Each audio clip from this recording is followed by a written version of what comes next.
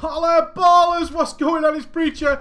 We're on our chickens today. We're doing the chicken dance, doing the chicken dance, doing the chicken dance. And you're thinking, Preacher, I love my chicken.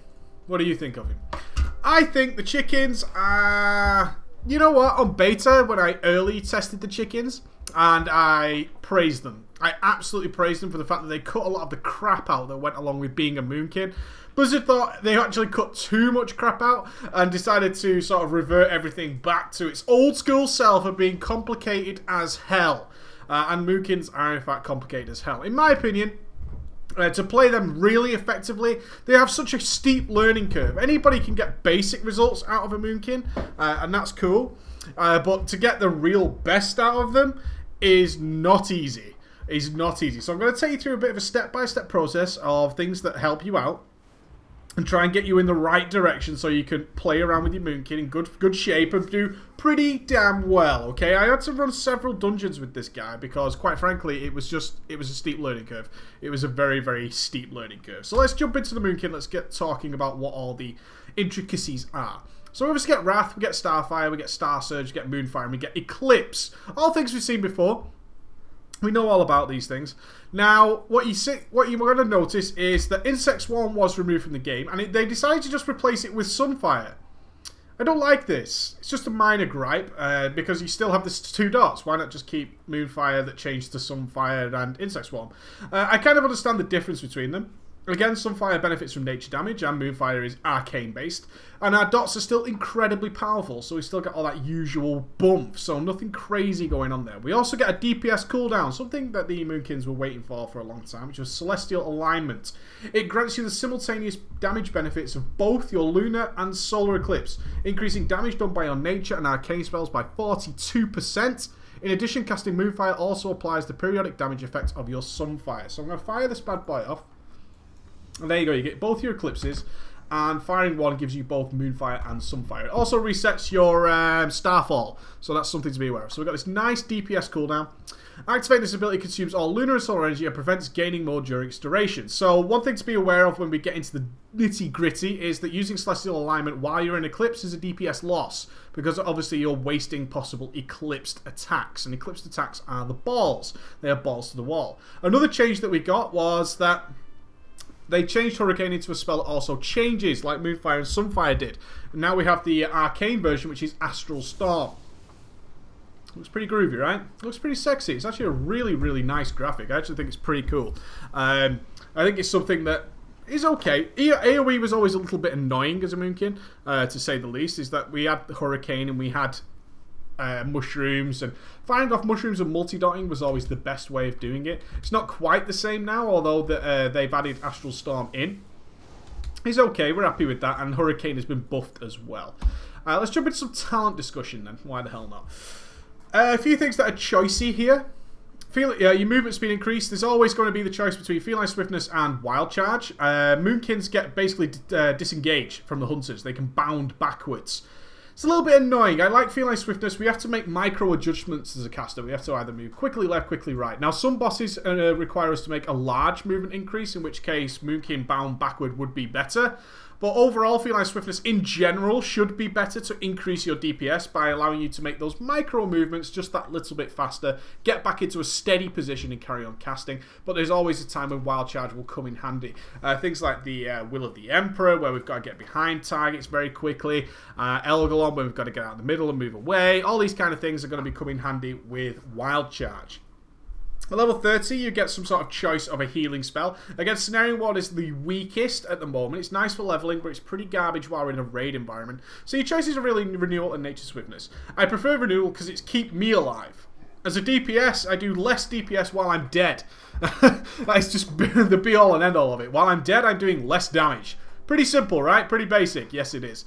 Nature Swiftness, if you're going to be healing people a lot, then Nature Swiftness should come in handy. You get the ability to do instant cast healing touches, hibernates and nourishes, rebirths and regrowths, and so on and so forth. No passive DPS there. Renewal, 30% of your HP instantly renewed. That has come in handy for me in some heroics and stuff like that. I've had the opportunity to get some nice big heals, and I've really, really enjoyed that as well. Your next talent is whatever the hell you want it to be. You're not going to get any mass benefit out of these. Fairy Swarm, Mass Entanglement. Typhoon, again, I mentioned it in all Druid videos, has its uses in raids, in some encounters, so just keep your tomes with a clear mind ready for when you do need to do some knockbacking. Other than that, your personal preference. Whatever the hell you want to play with or annoy the tank with, you pick. I just call this the tank annoyance tree. Whatever you want to pick there. The level 60 is some sort of DPS cooldown. Again, so we're just getting flooded by DPS cooldown now as a Moonkin. We're getting all sorts of things to play with. Currently, Incarnation is coming out the top. Soul of the Forest isn't terrible. The balance there is when a lunar eclipse ends, you gain 20 energy to get you back into an eclipse quicker. Force of Nature is the weakest at the moment, but Incarnation is the top one. It is the top one indeed. While you're in balance, you get the Chosen of Elune, improved Moonkin form that gains 25% increased arcane and nature damage whilst Eclipse is active. Okay? Very important that you understand that it's only while Eclipse is active do you get the ability to do Mega Incarnations. Okay? So that's something you really want to be aware of. It buffs your Eclipsed damage. Very important that you understand that. Mighty Bash, this tree again is the tank annoyance tree. There's some shout for disorientating roar to interrupt targets should you wish to do so. Go ahead and do that. A little bit handy in your 5-man heroics, not too useful elsewhere. Again, Bash, I like to do the big stun if there's something that I know is going to kill the tank. Just my personal preference of helping things out. Usable in all forms, so I can just stand next to something and give it a big dirty bash. I can't skull bash obviously as a Moonkin, so that bash is just very helpful for me. If you want to help out the group and gather things up, then disorientating roar is for you. But as a caster, I tend to be further away, and if I should end up near a mob that's attacking me or attacking my healer who I'm stood next to, then Mighty Bash is slightly more handy in my opinion. Now, level 90, this is where the intricacy starts to become more and more frustrating. It definitely becomes more and more frustrating. Heart of the Wild and Nature's Vigil. Let's talk about these two first. Okay, Nature's Vigil is another cooldown. Another 3-minute cooldown. You see, there's all 3-minute cooldowns, including your Celestial Alignment. Nature's Vigil flat out gives you a 20% extra damage increase. Works very, very well with your Celestial Alignment, where you're getting both the benefits of both eclipses.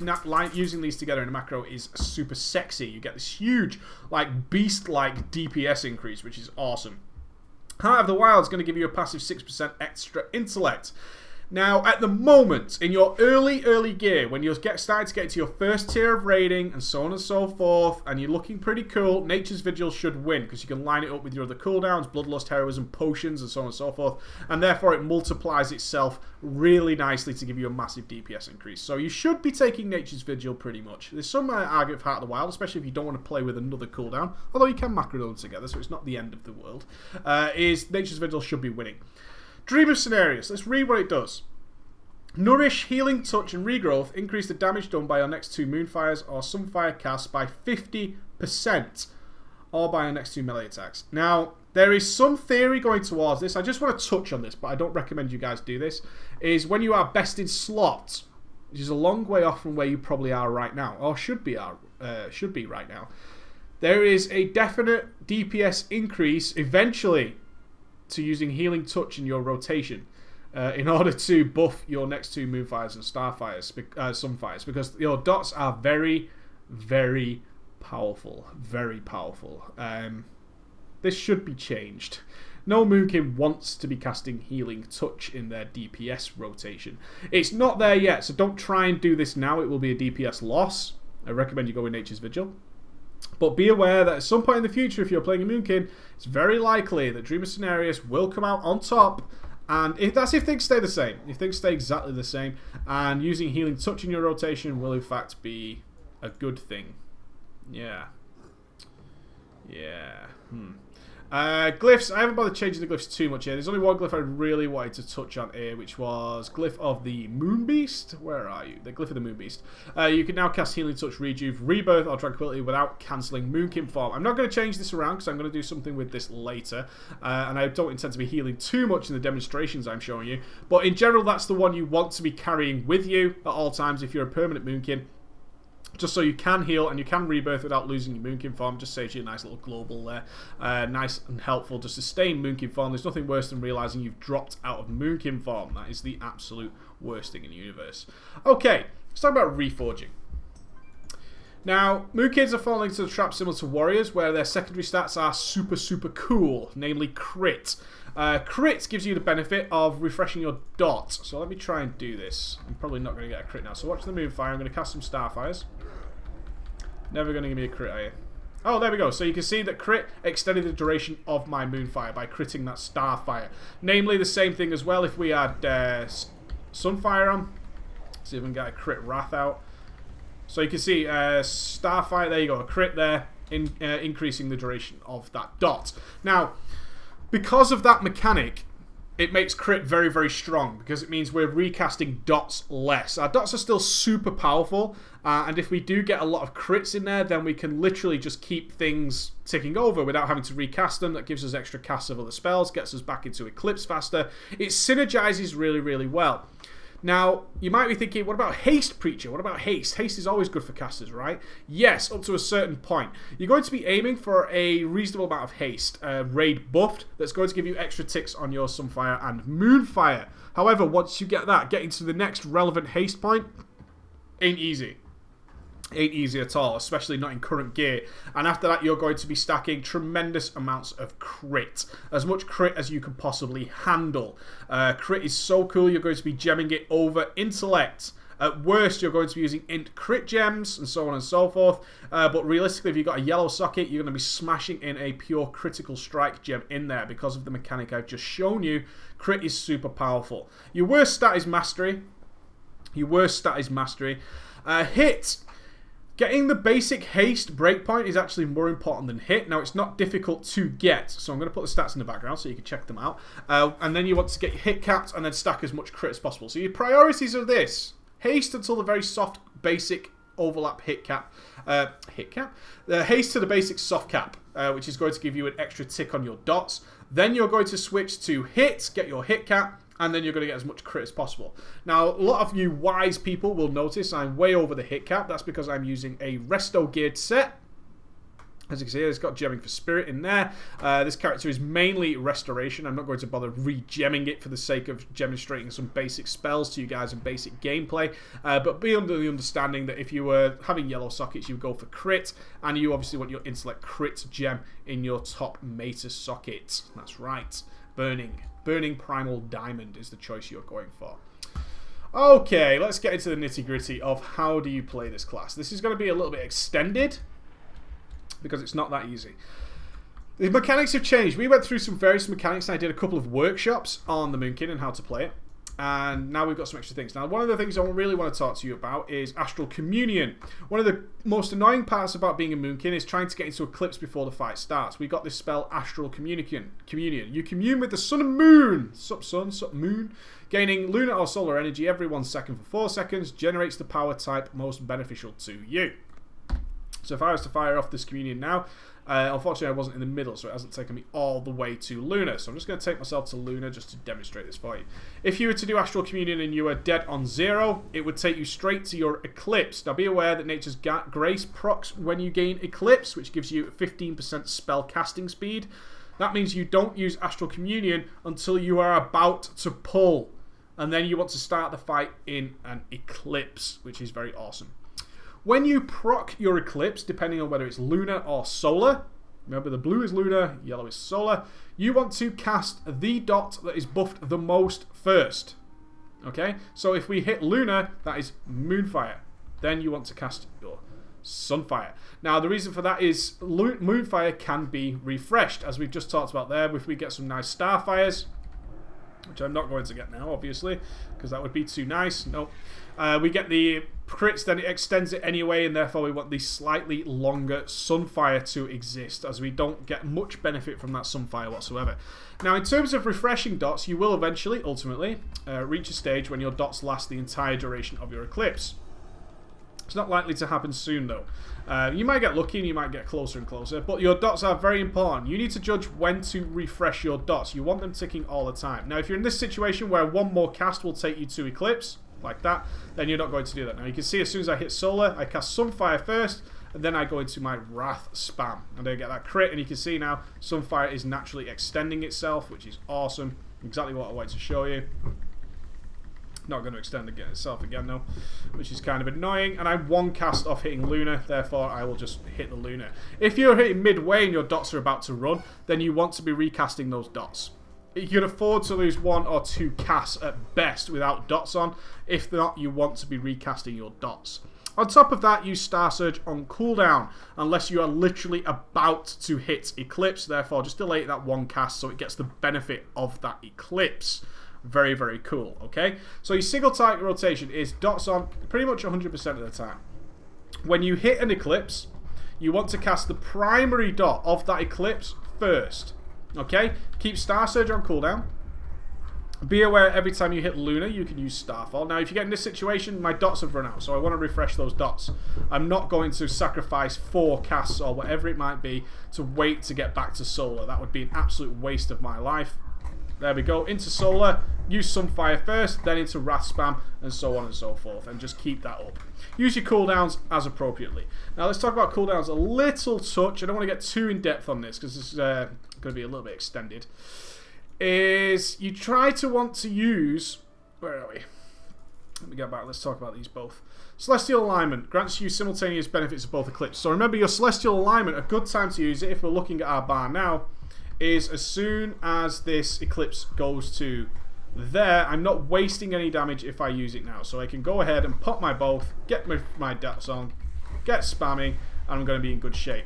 Now track how long Celestial Alignment lasts, because just as soon as it's about to run out, you can see I've got 4, 3, 2, 1. I want to recast both those super powerful dots, and then I want to get back up to my next Eclipse. You can see there, firing it off up towards Luna. And keeping the benefit of these dots, which is awesome. And then I can refresh them for a super powerful Moonfire and keep going, which is pretty cool. So that's what you want to be doing with Celestial Alignment. Now let's look at the other one, which is Incarnation Chosen of Elune. Chosen of Elune buffs your damage while you are eclipsed, in which case lining everything up, especially when you've got Nature's Vigil thrown in, pretty much makes you God mode for a certain amount of time. It makes you pretty much the most unstoppable force in the universe. Expect to do ridiculous amounts of deep burst DPS while lining all these things up. I just want to point out as well that because you get the double dots from Celestial Alignment, is that you can quite easily do massive amounts of AoE DPS. Let's move on to our AoE DPS. Dots are still the go-to spell. You want to be keeping everything dotted that is going to live for a few seconds. Now, should you be in a situation where you either can't be arsed dotting everything, or you want to just, you're not going to get the maximum benefit out of that. Trust me when I say no matter how many mobs there are, keep dotting will be the most DPS. Don't worry about your mushrooms. Mushrooms are good DPS if, and only if, you can plant them in a nice place where you won't lose DPS elsewhere and it's about to be an AoE phase. In which case you have this downtime for a few seconds, AoE is about to start, and you have the ability to drop those mushrooms. What you don't want to be doing like you did in Cataclysm is dropping mushrooms in the middle of your dot cycle. You want to keep your dots up, don't worry about refreshing mushrooms, and save your mushrooms till you hit Solar. Solar, they get a huge buff, that's when you want to be using them, that's when you want to do it. Hurricane and Astral Storm are slightly less damage than mushrooms, slightly more damage than mushrooms, I should say. So if you can't be asked dotting everything, feel free to just AoE it. But if the mobs are going to live for a relative amount of time, start double dotting everything up. Try and be in Solar. Try and be in Solar to get the benefit of both Sunfire and the wild mushrooms you should have placed, and you should be in good shape. Alright, ballers, that's the basics. I'm going to jump into some gameplay now so you can actually see what I'm talking about. I can talk you through it in a better way. I hope. I'm not the best Moonkin on the universe, so let's see how everything goes. Alright, ballers, bye.